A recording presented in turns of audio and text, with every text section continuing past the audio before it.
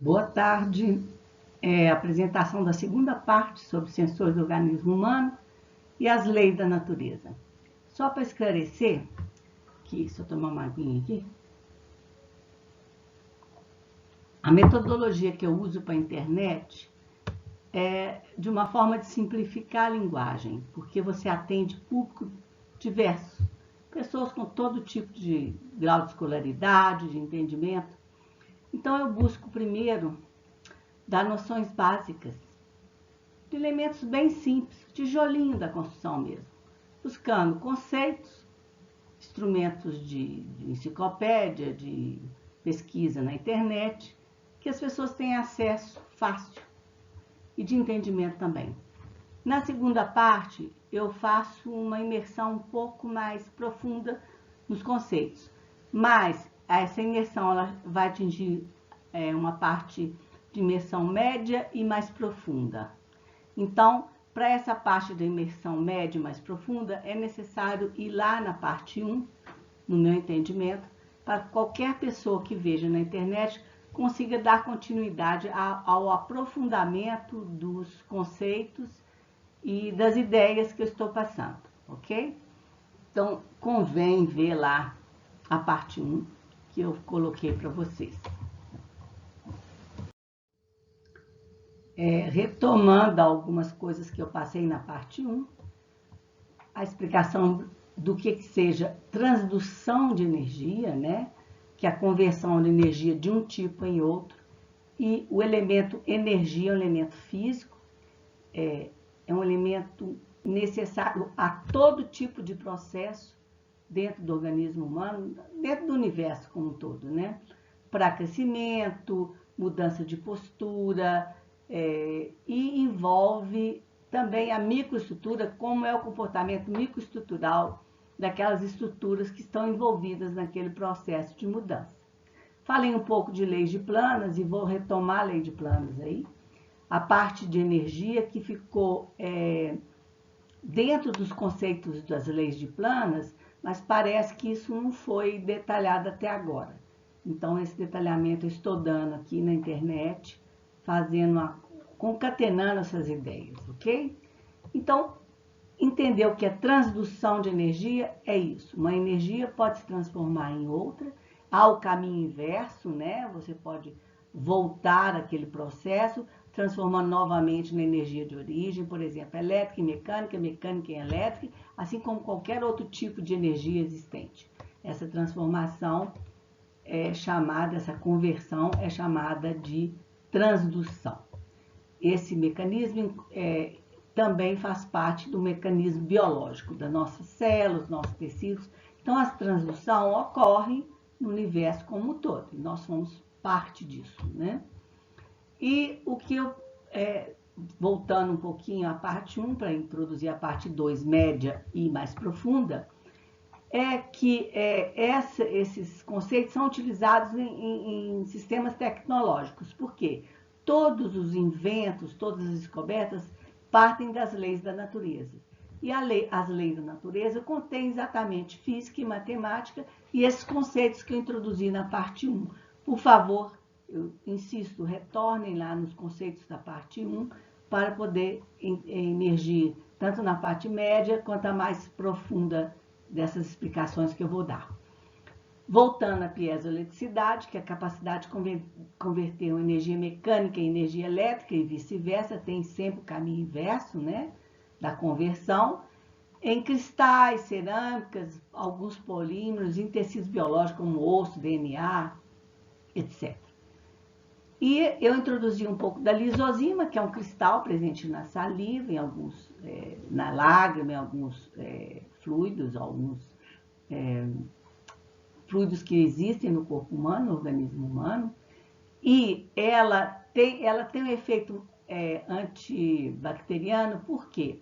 Ela desintegra determinadas ligações que permitem que a bactéria seja atacada e é um mecanismo de defesa do organismo, né? Ela pode gerar eletricidade quando sob pressão, graças ao efeito piezoelétrico. Por que eu estou tentando isso? Vamos, então, começar uma parte um pouco mais, digamos assim, mediana dessas informações que eu vou dar na internet. Para introduzir isso e aprofundar um pouquinho, eu vou falar um pouco de analogias, né, para que as pessoas entendam isso de uma forma física mais simples. Por exemplo, no Japão, eles criaram um piso que gera energia a partir dos passos das pessoas, usando a piezoeletricidade. Essa, em tecnologia, ela converte a pressão dos passos em energia elétrica, né? Então, a pressão, a energia mecânica é transformada em eletricidade, ok? Eles colocam telhas ou pisos com materiais piezoelétricos que são instalados no chão. Então, cada passo aplicado sobre esses pisos gera pressão e ela é convertida em energia elétrica devido ao peso, à pressão dos passos das pessoas sobre este piso piezoelétrico. Então, essa energia ela pode ser armazenada. Vamos, então, fazer duas similaridades, duas analogias. A primeira com a mastigação e a segunda com a mecanorrecepção dos ossos. Primeiro, mastigação, segunda, mecanorrecepção dos ossos. Porque o sistema é o mesmo, é universal. O que a gente vai fazer é imergir um pouco mais nesse conhecimento e localizar esse processo para que o cérebro de todos tenha capacidade de fazer essa conexão entre esses passos aí, o que é que acontece nos ossos, no nosso processo como um todo, principalmente relacionados à ortopedia funcional dos maxilares e à filosofia da reabilitação neurocruzal de Pedro Planas.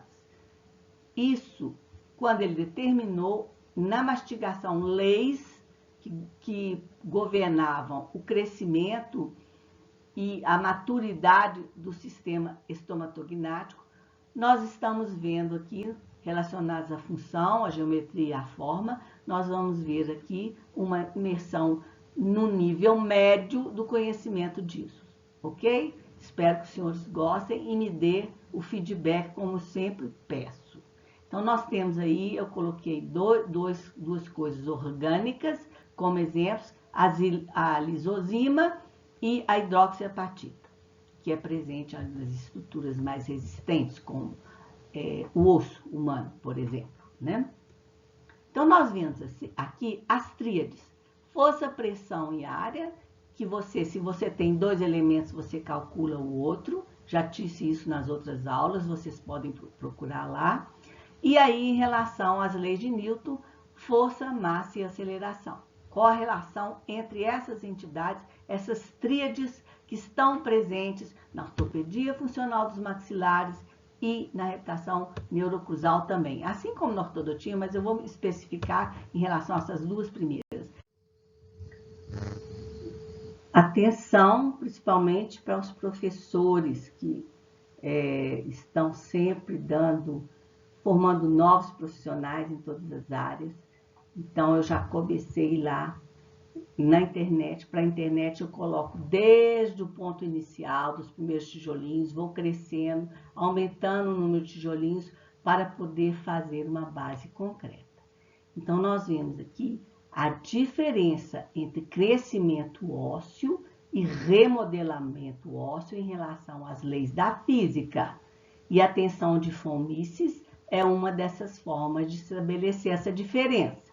Então, nós vemos que no crescimento ósseo, nós temos o aumento do volume tridimensional das estruturas, nós temos a alteração na quantidade de massa.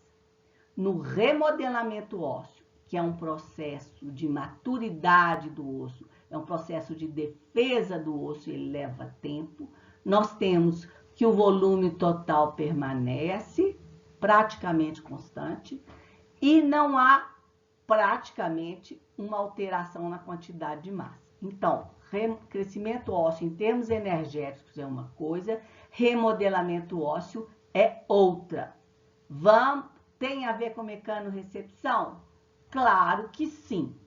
Claro que sim. O movimento dental também. Então, vamos continuar aí a parte física média, digamos assim, mediana do conhecimento.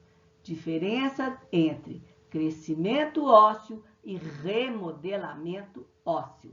Quando nós vamos interferir em crianças em idade menor, nós temos que ter esse alicerce dominado em mente para construir o pensamento e os planos de tratamento. Essa é a minha opinião. E quando você vai fazer definições, como eu começo lá por definições dos próprios instrumentos da internet, é importante estruturar isso bem na internet, principalmente na internet, porque todo mundo tem acesso. Então, quanto mais abrangente, melhor. Quanto um passo mais atrás no conhecimento para se estruturando, erguendo aquela estrutura do conhecimento, melhor. Essa é a minha opinião e peço aos senhores observações e perguntas quanto a isso, ok? Então, nós vemos aqui, voltando à piezoelaticidade, física básica. Vamos agora entrar um pouquinho mais na parte mediana do conhecimento, de estruturar essas ideias, esses conceitos, esses princípios da profissão. Nós vemos que a piezoeletricidade, ela tem a ver com a mecânica e a eletricidade, pressão, deformação e a energia mecânica e elétrica. Essa transformação de uma energia em outra. É uma transdução. E nos aparelhos eletrônicos, nas tecnologias novas, conhecimento disso é lá atrás. Eles vão crescendo aos poucos no conhecimento, estruturando melhor. Eu acho que é essa fraqueza da nossa área. Nós temos que estruturar melhor, é a minha opinião, tá, gente? Eu posso estar equivocada. A física básica. Por isso eu insisto com elementos desde os conceitos simples, em dicionários da internet, e vou crescendo essa informação até conseguir uma base mais sólida. Vou tomar uma aguinha aqui.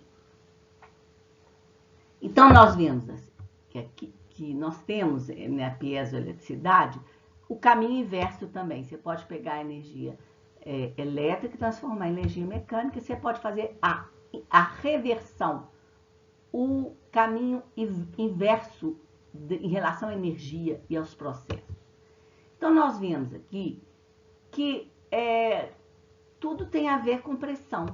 Lembrem-se lá do passeio que os japoneses, com as cerâmicas triangulares que os japoneses colocaram nos pisos para que os passos, a pressão, a carga do peso com a pressão do corpo da pessoa transformar em energia elétrica e poder ser armazenada. Repito, mastigação, Pedro Plana, segunda lei, também relacionada à primeira, segunda, terceira e quarta lei de Planas. Então, como as coisas estão conectadas com a física básica, nós já estamos no nível médio de estruturação da ideia, ok? Então, é necessário a piezoeletricidade? Sim. É necessário a transdução? Sim. É necessário a transformação de uma energia em outra? Sim. É necessário ter a energia? Sim. Óbvio que sim. Então, essa capacidade de converter uma energia em outra é que nós chamamos que existem em vários materiais que são desenvolvidos, inclusive por engenheiros, materiais da natureza, e tecidos biológicos, como osso, DNA, etc. Ok? E também na lisozima, né, que eu acabei de mostrar para os senhores. Então, como é que isso se dá? Você tem a estrutura, você faz uma pressão sobre ela, na face externa, né? Você faz uma força que distribui, que é distribuída na área. Então, você tem, olhem lá as tríades, força, pressão e área, tensão, pressão e área, todos os elementos integrados em forma de tríades. Se você tem um elemento 2, você calcula o terceiro, já disse isso. Olhem lá nas tríades no início da minha aula. Então, nós vemos assim, quando você exerce uma pressão sobre a superfície desse cristal, ele modifica a sua estrutura e ele libera energia. Olha aí o desenho. Tudo isso ligado às polaridades, negativo e positivo. As ligações químicas. Nós sabemos que as ligações químicas têm teor de energia, tanto para serem completadas como elas são desfeitas. Então, a energia ela passa ali, independente de qualquer coisa. Então, nós temos as polaridades. Pedro Planas colocou isso no seu desenvolvimento do circuito de desenvolvimento do sistema estomatognático. Ele colocou cargas positivas nos dentes inferiores e negativas nos dentes superiores. É uma forma que ele teve de estipular suas leis, que são baseadas nas leis da natureza. Então, tendo essa ideia em estrutura de mente, mental, vamos então continuar. Entenderam isso aí, né? Pressiona-se a superfície de um cristal e ele vai modificar a sua estrutura, como tem nesse desenho aí. Aqui nós vamos entrar um pouco mais na parte das cargas que são distribuídas aí na estrutura como um todo. Então, nós vemos aí, a estrutura, a piezoeletricidade, ela existe nessas estruturas cristalinas quando existe um estresse mecânico, uma pressão sobre essa estrutura, esses cristais, ou esses microcristais ou nanocristais. Essa propriedade também funciona no sentido inverso. Isso é importantíssimo, hein? Para entender remodelamento ósseo. Importante. Professores que falam em remodelamento ósseo, em mecanorecepção, e não falam na inversão de polaridade, na inversão de energia, da produção dessa energia, que esse caminho inverso é possível, vão deixar os alunos confusos. Então, a parte física fundamental tem que ser dada. É por isso que eu estou insistindo nisso. Entendeu? Então, essa capacidade de converter energia mecânica em energia elétrica e vice-versa é encontrada também no osso, no DNA, nos dentes, nas estruturas. Ok? Olha aí os cristais com os elementos formadores da hidroxiapatita, né? É só um início de conversa, mas vão formando a ideia principal e se aprofundando a partir de agora. Nós já estamos na estrutura molecular, ok? E aí, vejam, a molécula de hidroxiapatita, ela tem polaridades dentro dela, né? Então, nós temos os componentes, os elementos dela, e nós temos o Ca2+, o fosfato PO4,3- e a hidroxila OH-. Então, nós temos elementos negativos e positivos, ok? A maior parte da fase mineral dos ossos e dentes confere, através da hidroxiapatita, as propriedades de rigidez e resistência. Isso é importante. Remodelamento ósseo é um processo para que o osso fique mais resistente, né? Aumente a sua rigidez. Por isso que a gente dá um tempo em determinadas programação de aparatologias, de planos de tratamento, para que esse osso se fique maduro, para que esse osso tenha um tempo de recuperação.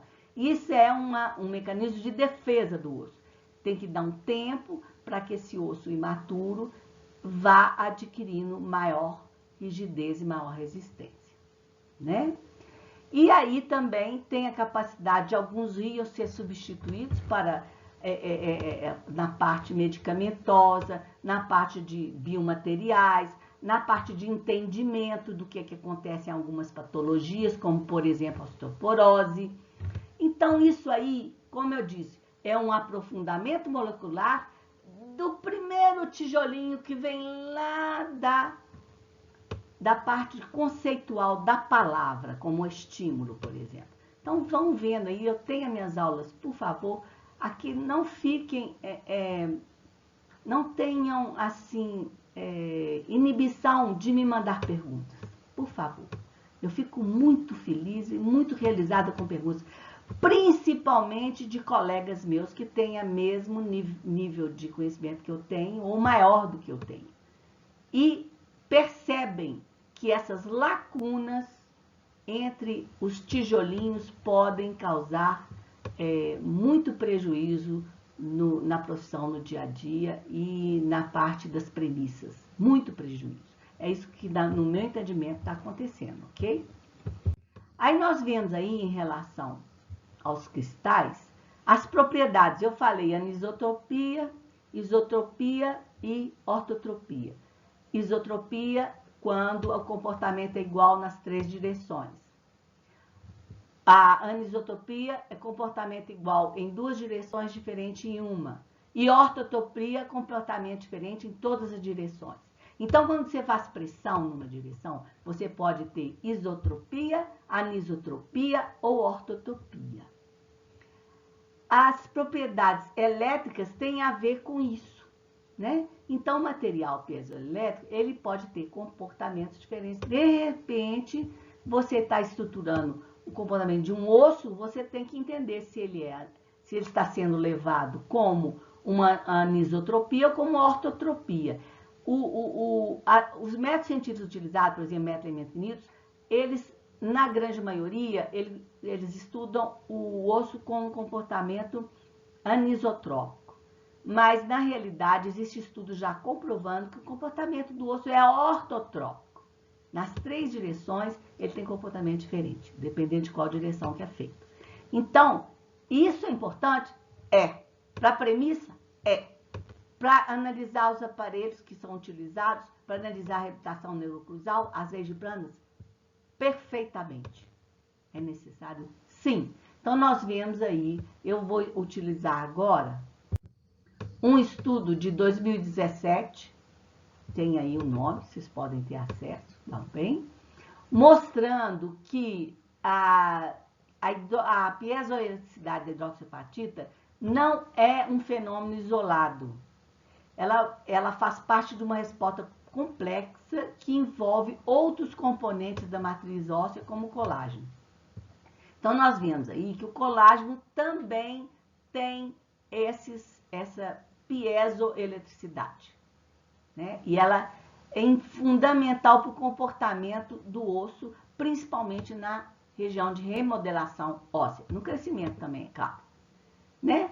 Então, a piezoeletricidade da hidroxiapatita desempenha um papel fundamental na biomecânica dos ossos, orientando a remodelação óssea e servindo de inspiração, leis da natureza, para o desenvolvimento de biomateriais avançados na área da medicina regenerativa. E em outras áreas também, até mesmo na formação de imagens. Esses conhecimentos são fundamentais. Então, lembre-se lá dos passos na cerâmica triangular, que recebe a pressão do passo das pessoas, transforma energia elétrica e tem a capacidade de armazenar essa energia, para ser utilizada depois com várias utilidades, transformando em vários outros tipos de energia, né? Por exemplo, quando você liga um motor, ou um liquidificador, ou quando você liga uma televisão, ou quando você vai recarregar sua bateria de celular, né? Então, uma energia vai transformando em outra. O universo, a função do conhecimento de energia é indispensável para qualquer área. E o conhecimento de energia ficou tão assim debilitado, no meu entendimento, que nem nas leis de planas não tem um livro, um artigo. Eu vou acabar de publicar um, se Deus quiser, já está no final, um artigo envolvendo a Universidade Federal de Minas Gerais. Então, eu tenho todo o cuidado de dizer, ainda não publiquei, mas se Deus quiser, em breve vai ser publicado em relação a isso.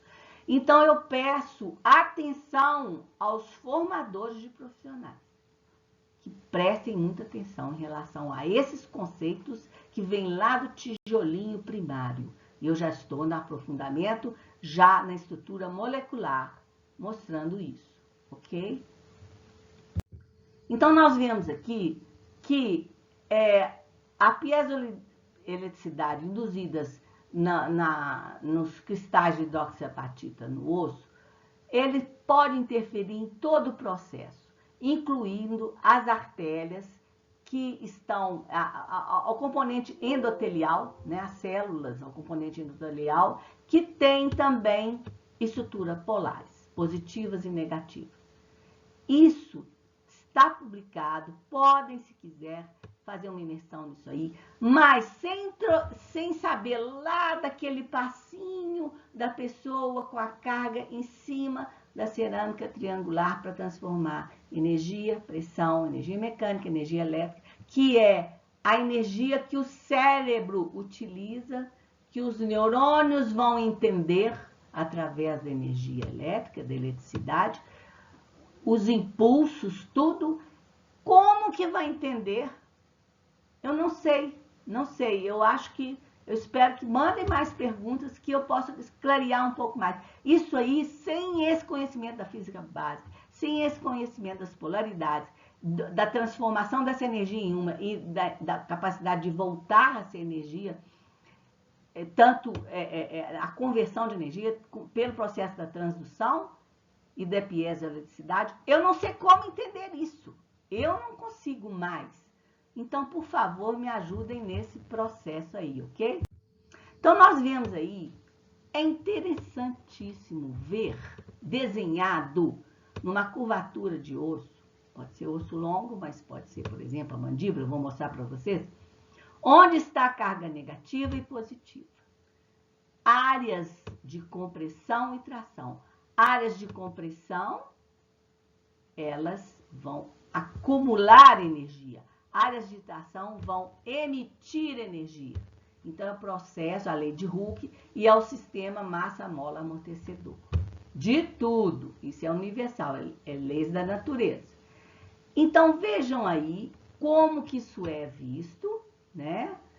A deformação que é provocada por essas cargas, aí o desenho, né? Aí eu vou remeter, peço licença, vou remeter à lei de Planas, principalmente a segunda lei, onde as tensões incidentes nessa região que ocasionam as micromovimentações são captadas por mecanorreceptores na unidade orgânica ou unidade biológica funcional e enviadas ao cérebro, que consegue processar a intensidade da força que está sendo exercida nos dentes a qualquer momento. Nos ossos também, ok? Segundo a lei de Planas, teoria das 23 horas de armazenamento de energia. Porque o que ele chamou de unidade biológica funcional são ligamento periodontal, dente e osso alveolar. Então, tem as tríades, os 3 elementos. Então, ele está falando nisso em relação à unidade funcional biológica básica, que são a presença desses 3 elementos e das cargas positivas e negativas, né? E da condução de impulso, que é através da energia elétrica, da eletricidade. Então, é transformado mecânica em energia elétrica, mecanotransdução, mecanorecepção. Chegou ali, transformou em outro tipo de energia. Ok? Isso tem que entender, senão não entende nada. Eu acho impossível. Então, ficam aí as leis de Planas, a parte energética das leis de Planas. E aí, mais um pouco, aprofundando nesse trabalho, que foi publicado em 2017, mostrando como que esses cristais se comportam em relação às cargas, né? Aí ele mostra um fêmur, mas pode ser, isso serve para os outros ossos também, não só osso longo, que é um processo, um microprocesso molecular, estrutural, então ele serve também para os ossos da mandíbula. Mas aí o que eu vou mostrar? Estudos que usaram tensões de von Mises e usando a ortotropia, que é o comportamento do osso nas 3 dimensões do espaço, e não a anisotropia. E isso aí tem a ver com meta-elementos finitos, com otimização, com muita física e muita matemática, que não é o caso de se aprofundar até, mas eu estou mostrando o nível mais profundo do entendimento, desde o tijolinho até lá. Eu espero que eu tenha conseguido, pelo menos em parte, alcançar isso. Então, vejam aí a tensão de von Mises, que é um valor escalar que representa o estado de tensão equivalente de maneira pontual nos tecidos. Ele é calculado, então precisa de um sistema computacional, né? Na base da energia de distorção. Então, através da ductibilidade, ele consegue prever o início da deformação permanente, até, por exemplo, uma fratura de um osso. E com isso, eles conseguem produzir biomateriais para substituir tecidos vivos, tecidos biológicos, ok? Então, ele tem um foco na energia de distorção. A teoria se baseia na energia de distorção, que é a parte da energia elástica responsável pela mudança de forma e não pelo seu volume. Remodelamento ósseo. Ok? Então, nós temos aí, e também voltar lá, né, nos conceitos de elasticidade, plasticidade, resiliência, e aí vem nomes de aparelhos, que ainda bem que estão saindo de moda. Aparelhos plásticos, aparelhos elásticos. Gente, isso é uma agressão à física básica. Por favor, vamos rever esses conceitos, deixa só a nomenclatura. Os aparelhos vão continuar do mesmo jeito, mas a nomenclatura, ela traz distorção, porque hoje é tudo transdisciplinar, profissionais transdisciplinares, e você tem que ter uma linguagem transdisciplinar, como eu estou tentando fazer aqui. Porque se fala em física e matemática, o pessoal da biologia, é uma área do cérebro que não quer mexer. Então, vamos tentar trazer uma ponte de linguagem através da analogia, desse tipo de aula que eu dou, começando lá do tijolinho, dos conceitos. É isso, gente. Eu não estou defendendo tese de doutorado. Eu não estou corrigindo trabalhos conceito A, conceito B, conceito C. Não, eu estou dando uma estruturação do arcabouço do pensamento e das premissas. Eu espero que as pessoas entendam isso, ok? Então, nós vemos assim, qual que é o resultado que deu isso aí?